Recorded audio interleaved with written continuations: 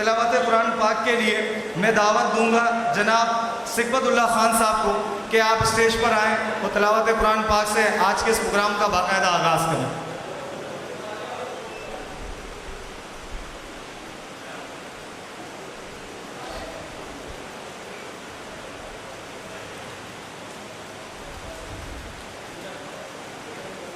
أعوذ بالله من الشيطان الرجيم.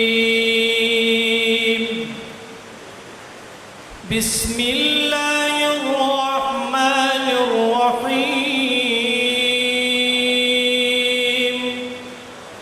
والشمس وضحاها والقمر إذا تلاها والنهار إذا جلاها والليل إذا يغشاها والسماء وما بناها والأرض وما طهاها ونفس وما سواها فألهمها فجورها وتقواها قد أفلح من زكاها وقد خاب من